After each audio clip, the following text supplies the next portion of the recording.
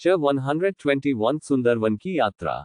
6 star जादूगर जिसने जहाज पर हमला करने के लिए समुद्री लुटेरों से हाथ मिलाया था, वह एक ऐसा जादूगर था जिसे जीवित प्राणियों के प्रति अनुचित घृणा थी। एक मरा हुआ व्यक्ति जितना मजबूत होता है उतना ही अधिक बुद्धिमान होता है, लेकिन वे उस घृणा से कभी छुटकारा नहीं पा सकते थे जो उन्होंने महसूस की थी। मानव ने सिकोड़ी। यह मरे हुए के साथ समस्या के बारे में नहीं था। समस्या ये थी कि वे उसे धीमा कर सकते थे। मुझे नहीं लगता कि मुझे इस मिशन के बारे में ज्यादा चिंता करनी होगी क्योंकि ग्रुप इस पर काफी ध्यान दे रहा है। उन्होंने शेष दिन देवांश के साथ बातचीत में बिताया। देवांश मानव को पसंद करने लगा। नहीं, उसने बस ऐसा महसूस करने का नाटक किया ताकि वे करीब आ सके। शायद यह इसलिए था क्योंकि वह एक जादूगर था। यह लगभग ऐसा था मानो वह कोई असंतोष दिखाने से डर रहा हो। एक निश्चित दूरी बनाए रखते हुए मानव ने बस उससे बातचीत की। और अगले ही दिन मानव एक गाड़ी वाले के साथ ग्रेट सुंदरवन फॉरेस्ट की ओर बढ़ गया। कुल मिलाकर 5 गाड़ियां थीं, और उन्होंने 40 का एक समूह चलाया, जिसमें भाड़े के सैनिक, व्यापारी और कोच शामिल थे। सीटों की संख्या कम थी, लेकिन ऐसा इसलिए था क्योंकि वे सबस्पेस बैग के उपयोग के माध्यम से जगह को अधिकतम करने में सक्षम थे। मानव चौथी गाड़ी में बैठा था। ये वह गाड़ी थी जिसमें वह पूरी यात्रा के दौरान रुकेंगे। जैसे ही उन्हें एक आरामदायक सीट मिली और गुजरते हुए दृश्यों को देखा, मानव को लगा कि कोई उसे घूर रहा है। ये बदसूरत दिखने वाली एक बूढ़ी औरत थी। उसका एक वृद्ध चेहरा था जो काला पड़ गया था, एक बाज जैसी नाक, झुर्रीदार त्वचा और टेढ़े, पीले दांत थे। मानव ने अनुमान लगाया कि वह यात्रा पर 2 जादूगरों में से एक थी, जिसमें मानव भी शामिल था। Illusion magic. वह उसी तरह अपने आप को छुपा रही थी। उनका जादू काफी अच्छे स्तर पर था, लेकिन वह फिर भी इसे देख सकते थे। जब उसने अपने मन को अपनी आंखों में केंद्रित किया तो बुढ़िया का असली रूप उसके सामने प्रकट हो गया। वह नीली आंखों वाली एक चमकदार सुंदर गोरी महिला निकली। हालांकि मानव उसके चेहरे पर ध्यान नहीं दे रही था। लंबे कान, एक ग्रेमलिन। उसके सुनहरे बाल और गोरी त्वचा भी स्पष्ट संकेत थे कि वह एक उच्च ग्रेमलिन थी, जो गोब्लिन में सबसे महान थी। मानव की आंखों में एक जटिल भाव आया। एक ग्रेमलिन यहाँ क्या कर रही है? और उसने ये भी सोचा कि वह उसे क्यों देख रही है। उसे अपने भ्रम को नोटिस करने में सक्षम नहीं होना चाहिए था। उसका स्तर काफी ऊंचा नहीं था। क्या वह सिर्फ इसलिए दिलचस्पी ले रही थी क्योंकि वह एक और जादूगर था? जब उसने ये सोचा तो उसके हाव भाव कुछ अजीब से हो गए। जब वह उसके घूरने का कारण समझने की कोशिश कर रहा था, तब देवांश बोला, दर्शील, आप कैसा महसूस कर रहे हैं? वह अभी भी दोस्ताना व्यवहार कर रहा था। अच्छी बात है। घास के मैदानों को पार करते हुए आप कुछ समय के लिए आराम कर सकते हैं। जब तक हम जंगलों में प्रवेश नहीं करेंगे तब तक वास्तव में कुछ नहीं होगा। ग्रेट फॉरेस्ट में जाने के लिए उन्हें जंगल में पहुंचने से पहले घास के मैदानों के एक लंबे हिस्से से गुजरना पड़ा। घास के मैदान सभी तरफ से सपाट और खुले थे, इसलिए अगर कोई आ रहा है तो ये पता लगाना आसान था, लेकिन जंगल उनके देखने के क्षेत्र को संकीर्ण कर देते थे। ये कहा जा सकता है कि राक्षसों और डाकुओं के साथ उनका सामान चुराने के इरादे से हुई अधिकांश मुठभेड़ जंगली इलाकों में हुई। देवांश, वह बूढ़ी औरत कौन है? तब तक उसने उसे देखना बंद कर दिया था और अपने साथियों के साथ खिलवाड़ करना शुरू कर दिया था। जवाब देते ही देवांश ने अपनी ठुड्डी पर हाथ फेरा। वह एक 5 स्टार जादूगर है, जैसे आप हैं, और वह भी ए रैंक मर्चेनरी है। उसका नाम मोहिनी है। मैं उसका अंतिम नाम नहीं जानता। यदि आप किसी और से पूछेंगे तो आपको वही उत्तर मिलेगा। वह थोड़ी अप्राप्य है क्योंकि वह हमेशा शांत और उदास मूड में रहती है। मैं कैसे कहूं, यह दीवार से बात करने जैसा है। देवांश ने कंधे उचकाए। भाड़े के सैनिकों में बहुत से ऐसे लोग हैं। जिस तरह के लोग मजबूत व्यक्तित्व वाले होते हैं। क्या वह लंबे समय से भाड़े की सैनिक है? जहां तक मुझे पता है, वह कम से कम 5 साल से है। आप कह सकते हैं कि वह एक अनुभवी है। मुझे प्रतापगढ़ के आसपास रहते हुए काफी समय हो गया है, लेकिन वह यहाँ काफी प्रसिद्ध है। उसे ग्रीन विंड मोहिनी कहा जाता है। उसे आश्चर्य नहीं हुआ कि उसने खुद को छिपाने का फैसला किया। अतीत में गोब्लिन की उपस्थिति हमेशा विशिष्ट होती थी, इसलिए वे हमेशा एक वस्त्र पहनते थे। गोब्लिन अब जादू सिखा रहे हैं। दुनिया में और भी गोब्लिन छिपे हो सकते हैं जैसे वह है। मानव ने उसकी तरफ नहीं देखा, शायद इसलिए कि उसे उम्मीद थी कि वह पहले उससे संपर्क करेगी। और उस शाम जब रात का खाना परोसा जा रहा था, मोहिनी उसके पास आई। मानव ने अपना सूप पीते हुए जानबूझकर दूसरों से थोड़ा और दूर बैठ गया। सौभाग्य से देवांश ने अन्य भाड़े के सैनिकों को इकट्ठा कर लिया था। क्या आपके पास दूसरा जादूगर है? मानव ने उसकी ओर देखा और शांति से सिर हिलाया। मैं सहमत हूँ, शुक्रिया। मैं सिर्फ एक बूढ़ी औरत हूँ जिसे मोहिनी कहा जाता है। तुम्हें होना ही चाहिए। दरशील, क्या ये था? मोहिनी को खुद को बूढ़ी औरत कहते देख मानव को थोड़ा अजीब लगा। ऐसा इसलिए था क्योंकि उसकी नज़र में मोहिनी एक बूढ़ी औरत की तरह बात करने का नाटक करने वाली एक युवा खूबसूरत महिला थी। उसके लिए ये बहुत ही अजीब था। उसकी उपस्थिति से मोहिनी को 100 वर्ष से कम उम्र की एक हाई ग्रेमलिन होना चाहिए। मैं दरशील हूँ। मैंने आपके नाम की अफवाहें सुनी हैं, ग्रीन विंड मोहिनी। ये ज्यादा कुछ नहीं है। उसने जबरदस्त तारीफ पर शर्मिंदगी में अपना गाल खुजलाया। उसके पास निश्चित रूप से भाड़े का चरित्र नहीं था। तो आपको मुझसे क्या काम है?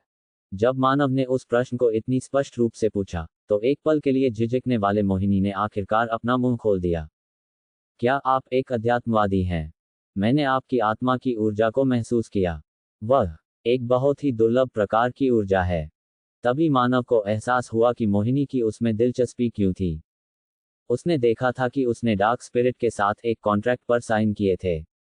हाई ग्रेमलिन का आत्माओं से गहरा संबंध था। उनमें से विशेष रूप से प्रतिभाशाली सदस्य स्पिरिट किंग्स को अनुबंधित करने में भी सक्षम थे, जिन्हें पारलौकिक प्राणी माना जा सकता था। शायद उसके पास स्वयं एक स्तर की आत्मिक शक्ति थी। इस वजह से वो आसानी से देख सकती थी कि उसने एक स्पिरिट के साथ कॉन्ट्रैक्ट साइन किया है। ये कुछ ऐसा नहीं था जिसे वह छुपा सके। क्या मोहिनी एक अध्यात्मवादी हैं? उद्धरण चिन्ह ... ठीक है, आप ऐसा कह सकते हैं। मेरे पास एक अनुबंधित आत्मा है, लेकिन मैं एक अध्यात्मवादी नहीं हूँ। मोहिनी की अभिव्यक्ति अजीब हो गई। आपने किस आत्मा को अनुबंधित किया? मैं आपको यह नहीं बता सकता। बल्कि मोहिनी को कैसे पता चला कि मेरे पास एक अनुबंधित आत्मा है? इस सवाल के कारण मोहिनी के हाव भाव कुछ अजीब हो गए। ऐसा लगता था कि उसने कोई बहाना सोचने से पहले आवेश में आकर पूछा था। मानव ने अंदर की ओर आह भरी। वह जानता था कि वह वैसे भी एक ग्रेमलिन थी, इसलिए उसे उससे और पूछताछ करने की कोई आवश्यकता नहीं थी। यदि आप कारण नहीं बता सकते हैं, तो ये ठीक है। शुक्रिया। क्या ये ठीक है अगर मैं एक और सवाल पूछूं? जरूर, अगर मैं सक्षम हूं तो मैं जवाब दूंगा। मैं जानना चाहूंगा कि आपने ने यह मिशन क्यों लिया। मोहिनी एक पल के लिए झिझक गई। ये एक ऐसा प्रश्न था जिसका उत्तर देना इतना आसान था। उसने सोचा कि क्या इसके पीछे कोई विशेष अर्थ है। मैं जंगल में दिखाई देने वाले मरे हुए लोगों के बारे में चिंतित हूँ। मरे नहीं, हाँ, ग्रेट फॉरेस्ट के पास मरे हुए लोग दिखाई देना असामान्य बात है। पिछले 1000 सालों से ऐसा हो रहा है। मानव ने हल्की हंसी छोड़ी। 1000 साल। उसने महसूस किया कि इतनी लंबी समय सीमा वह नहीं थी जिसे मनुष्य अक्सर इस्तेमाल करते थे। मानव देख सकता था कि मोहिनी ने दूसरों के साथ बातचीत करने से बचने और अकेले रहने का फैसला क्यों किया। वह झूठ बोलने में बहुत बुरी थी, और वह यह अच्छी तरह जानती थी। उसने दुर्घटनावश अजीबोगरीब बातें कहने के बजाय बातचीत करना ही नहीं चुना। इसलिए उसने एक बदसूरत बूढ़ी औरत का रूप चुना। शायद यही कारण था कि गोब्लिन झूठ बोलना पसंद नहीं करते। फिर भी ये एक सुधार था। CH-122 ज़ोंबी का अंत। वह 3500 साल पहले के गोब्लिन बहुत अधिक लचीली थे। आपका सूप ठंडा हो जाएगा। मोहिनी ने राहत की सांस ली और अपना सूप पीने लगी। खाने से पहले मानव ने एक पल के लिए उसे देखा। जैसा कि देवांश ने शेखी मारी, घास के मैदानों के माध्यम से यात्रा बिना किसी घटना के जारी रही। भाड़े के लोग निश्चिंत हो गए और देवांश ने उन्हें फटकार नहीं लगाई। हालांकि 3 दिन बाद जंगल में घुसते ही माहौल पूरी तरह से बदल गया। देवांश की पहले की सुकून भरी अभिव्यक्ति इतनी गंभीर हो गई थी कि यह लगभग ऐसा था जैसे वह कोई और व्यक्ति बन गया हो। आज से अपने आसपास नजर रखें। हम 2 टीमों के साथ 3 ग्रुप में विभाजित होंगे। यात्रा पर प्रत्येक भाड़े की विशेषताओं पर विचार करने के बाद देवांश ने टीम के लीडर और सदस्यों का फैसला किया। लेकिन इसमें मानव या मोहिनी शामिल नहीं थे। इतना ही नहीं, बल्कि उन्हें शिविर लगाने, भोजन तैयार करने या इस तरह के किसी अन्य काम में मदद नहीं करनी पड़ी। जैसा कि अजय ने कहा था, जादूगरों को भाड़े की दुनिया द्वारा रईसों की तरह व्यवहार किया जाता था। उनके आसपास के भाड़े के सैनिकों ने उन्हें ईर्ष्या भरी नजरों से देखा, लेकिन उनमें से किसी को भी यह अजीब नहीं लगा।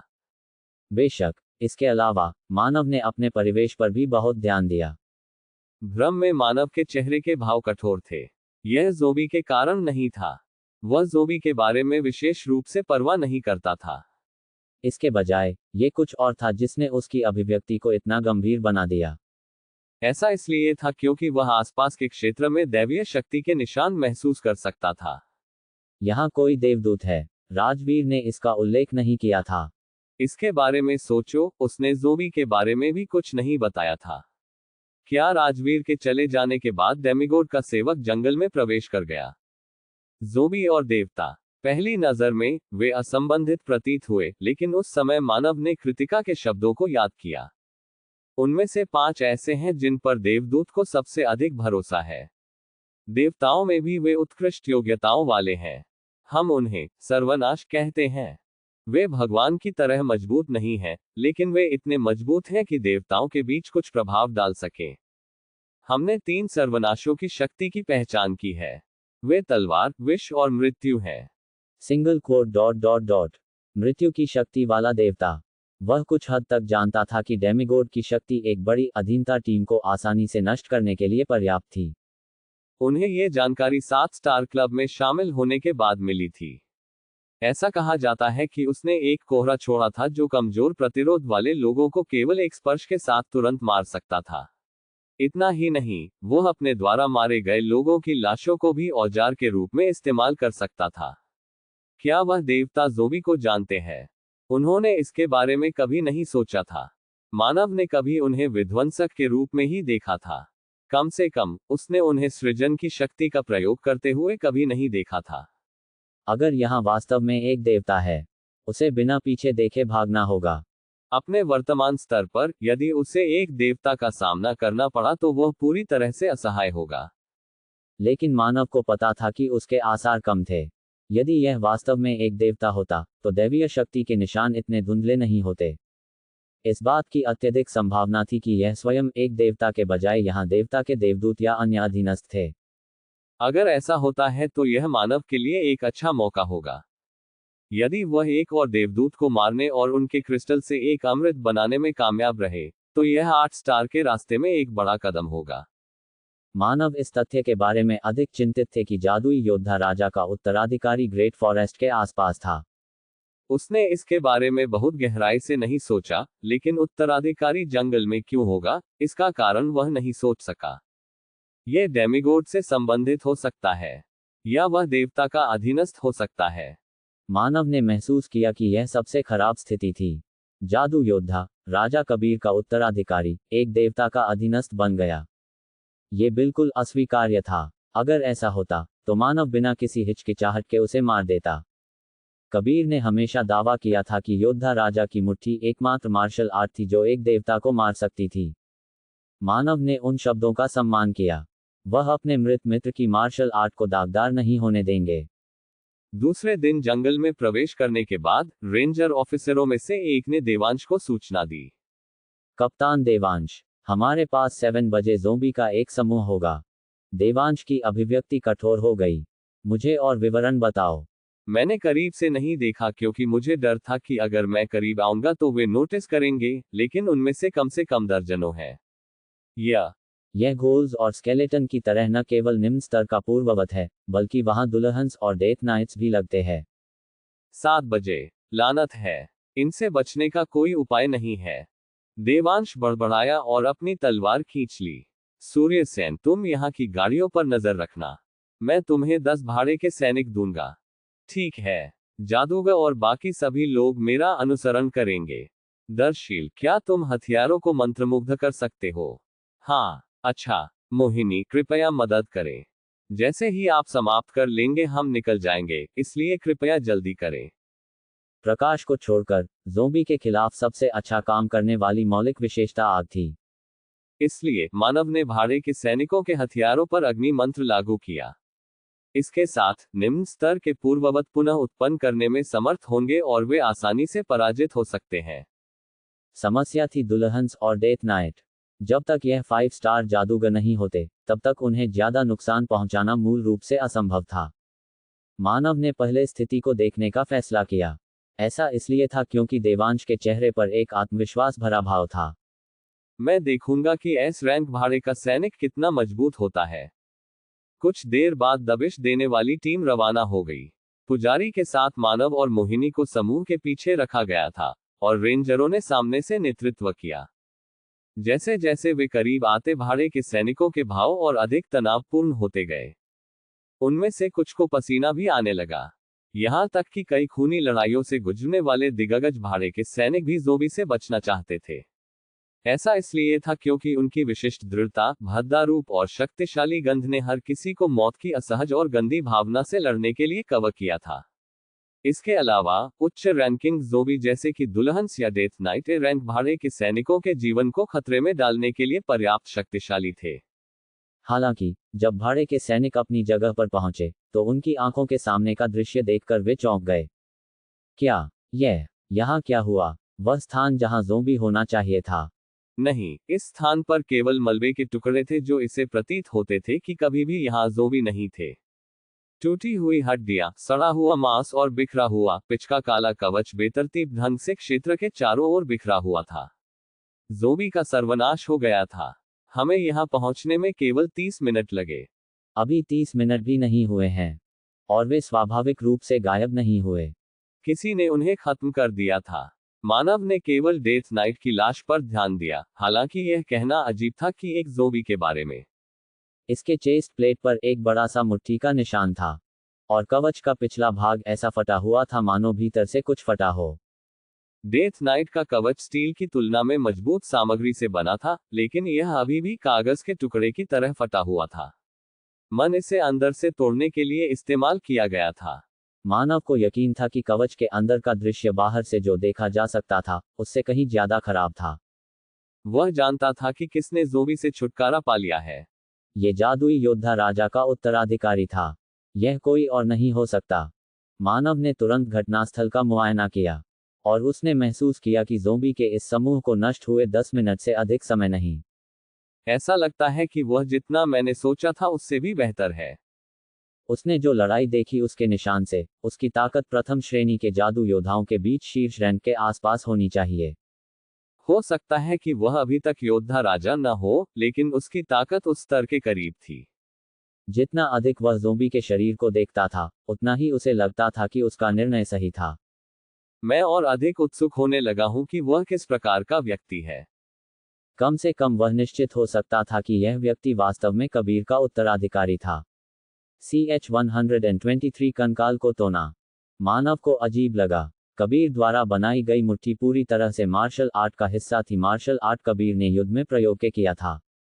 बेशक, इसका मतलब यह नहीं था कि आप इसे सिर्फ इसलिए इस्तेमाल नहीं कर सकते थे क्योंकि आपके पास कबीर से अलग काया थी।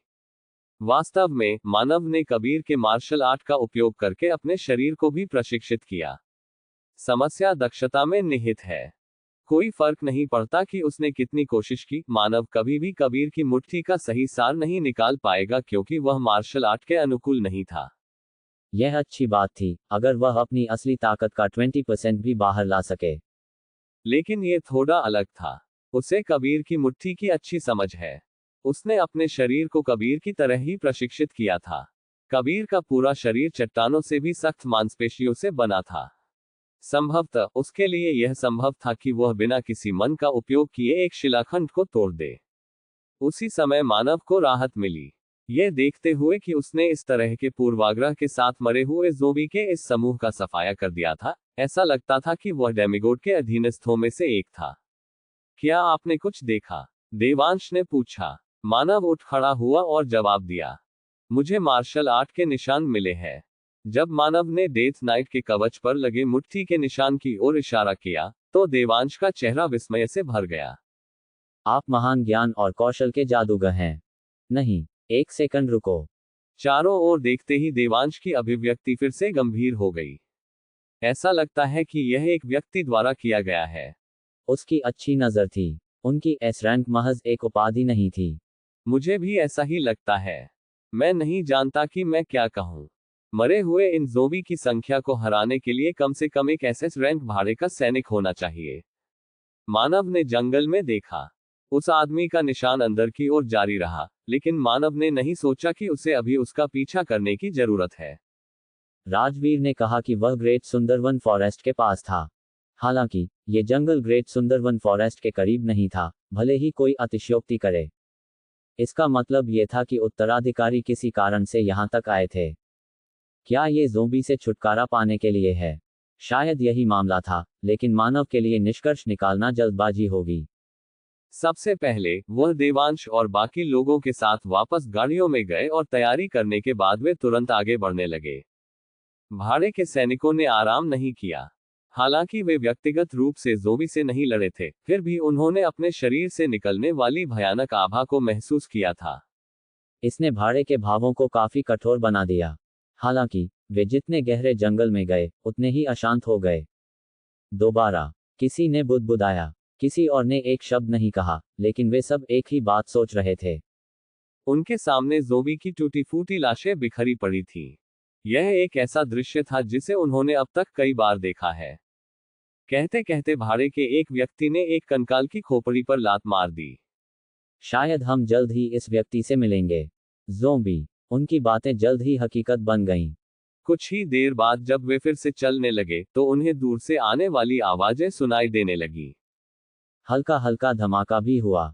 भाड़े के सभी लोग देवांश को देखने लगे, जिन्होंने अपने आदेश देने से पहले एक पल के लिए सोचा। डार्क फायर टीम, मेरे पीछे आओ। चूंकि उसने समूह को पहले ही विभाजित कर दिया था, इसलिए टीम बिना किसी हिचकिचाहट के चली गई और उसके पीछे हो ली।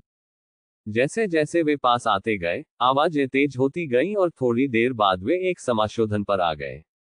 एक शख्स ज़ोंबी को पीट रहा था। एक तरह से ये बहुत ही अवास्तविक दृश्य था। पहली नजर में ज़ोंबी के समूह के बीच खड़े एक टॉपलेस आदमी की छवि देखने वाले को यह महसूस कराती है कि वह खतरे में है, लेकिन जो खतरे में थे वे ज़ोंबी नहीं थे। जब भी उसकी मुट्ठी टकराती, कुछ फटने की आवाज आती। इस प्रहार से मारा गया डेथ नाइट उड़ गया जैसे कि उसे तोप से मारा गया हो, और वह तब तक नहीं रुका जब तक कि वह कुछ पेड़ों से नहीं टकराया। इसे अपनी दो आंखों से देखने पर भी विश्वास करना कठिन है। भाड़े के सैनिकों के चेहरे पर खाली भाव थे। उसकी मुट्ठी किस चीज से बनी थी? इसने डेथ नाइट के कवच को कागज के टुकड़े की तरह उखड़वा दिया था। हालांकि ये कहा जा सकता है कि उच्च श्रेणी के ज़ोंबी भाग्यशाली थे क्योंकि उनकी मुट्ठी से मारे गए कंकाल और घोंस पटाखों की तरह फट गए थे। वह आदमी ज़ोंबी के समूह से टूट गया, जबकि उसका शेर जैसा शरीर हवा में उड़ गया। उनके पूरे शरीर को हथियार कहना काफी नहीं था। हर बार जब वह किसी ज़ोंबी को घूंसा मारता, लात मारता या सिर पर मारता, तो वे उद्दंड बच्चों के खिलाफ रेत के महल की तरह बिखर जाते। लड़ाई नहीं, एक तरफा नरसंहार जल्द ही समाप्त हो गया। उस आदमी ने अपने नंगे हाथ से बची ज़ोंबी की खोपड़ी को कुचल दिया। भले ही उसने हेलमेट पहना हुआ था, लेकिन उसका सिर सड़े हुए सेब की तरह कुचला हुआ था। देवांश के समूह को देखने के लिए अपना सिर घुमाने से पहले उसने शरीर पर थूका, जैसे कि वह पूरे समय उनके अस्तित्व के बारे में जानता हो। जैसे ही उसने उस आदमी की टकटकी पकड़ी, देवांश कांप गया। उसकी आंखों के भीतर एक ऐसी रोशनी दिख रही थी जो किसी भी क्षण फटने की धमकी दे रही थी। तुम लोग कौन हो? देवांश, हम भाड़े के सैनिक हैं। क्या ऐसा है? अच्छा, तब वह आदमी तुरंत मुड़ा जैसे कि उसने रुचि खो दी हो। हालांकि देवांश ने उसे रोक लिया। रुको, यह क्या है? तुम कौन हो? आधिरा। मेरा मतलब आपके नाम से नहीं था। तुम यहाँ ज़ोंबी के शरीर को क्यों निकाल रहे हो? यह सुनते ही उसकी अभिव्यक्ति एक जानवर में बदल गई। मुझे आपको ये क्यों बताना है? मुझे परेशान मत करो, मेरे रास्ते में मत आओ, मैं तुम्हें मार डालूंगा। देवांश, जो एस रैंक भाड़े का सैनिक था, आधिरा की धमकी पर एक शब्द भी नहीं बोल सका। इस बीच आधिरा घूमा और अपने रास्ते पर चलता रहा। मानव ने महसूस किया कि अभी काफी अच्छा समय है। यह आदमी संदिग्ध है। मुझे भी ऐसा ही लगता है। फिर भी ऐसा नहीं लगता कि वह दुश्मन है। हम निष्कर्ष पर नहीं जा सकते, और इसे असत्यापित छोड़ना खतरनाक होगा। देवांश ने अपना सिर थोड़ा झुका लिया। ये है ऐसा लगता है कि वह अभी हमारे बारे में ज्यादा परवाह नहीं करता है। यह अभी के लिए सच हो सकता है, लेकिन उन्होंने जो आक्रामकता दिखाई उससे मैं चिंतित हूँ। आदिरा की धमकी को याद करते हुए देवांश ने अपना गाल खुजलाया, लेकिन उसने जल्द ही शर्मिंदगी के साथ अपना सिर हिला दिया। मुझे भी ऐसा लगता है, लेकिन हम उसे ट्रैक नहीं कर सकते या उससे लड़ नहीं सकते। उससे भरोसा नहीं था कि वह उस आदमी को हरा सकता है, भले ही वह सभी भाड़े के सैनिकों को इकट्ठा कर ले। ये एक सटीक फैसला था। आदिरा की ताकत कुछ ऐसी थी जिसे वे केवल एक संख्यात्मक लाभ से दूर कर सकते थे। कड़े चेहरे के साथ बोलने से पहले मानव ने कुछ देर सोचने का नाटक किया। क्या इस आदमी की पहचान का पता लगाना बेहतर नहीं होगा? हमें अभी भी इस रास्ते पर चलते रहने की जरूरत है, लेकिन किसी अज्ञात व्यक्ति को इधर उधर भटकने देना बहुत खतरनाक है। सही बात है। तो मैं पता लगाने जाऊंगा। अकेले जादूगर, वह बहुत खतरनाक है। क्या रेंजर के लिए जाना बेहतर नहीं होगा? उनका ऐसा सोचना सामान्य बात थी। मानव ने धीरे धीरे देवांश को कम आवाज में मना लिया। एक रेंजर की तुलना में एक जादूगर के लिए एक जादुई योद्धा से छिपना बेहतर है। आप अपनी जान जोखिम में क्यों डाल रहे हो? मैं उसकी आंखों को देखकर ही बता सकता था। वह आदमी एक जानवर है। यदि आप उसके बुरे पक्ष में हैं, मुझे पता है, लेकिन मैं एक बेहतर तरीका नहीं सोच सकता। इसके अलावा, मैं केवल तब तक समूह में रहूंगा जब तक आप ग्रेट सुंदरवन फॉरेस्ट में नहीं पहुंच जाते। देवांश शायद पहले से ही जानता था। मानव धीमे स्वर में बोलता रहा। तो आप शायद हमारे आने से पहले जितना संभव हो सके मेरी शक्ति का उपयोग करना चाहते थे। अधिकार, आप जितना दिखते हैं उससे कहीं ज्यादा स्मार्ट हैं। देवांश ने सिर हिलाया क्योंकि उसके इरादे पहले ही उजागर हो चुके थे। फिर मैं इसे तुम्हारे पास छोड़ दूंगा। चूंकि तुम इस खतरनाक काम को करने के इच्छुक हो, मैं तुम्हें 2 गुना, नहीं 3 गुना इनाम दूंगा।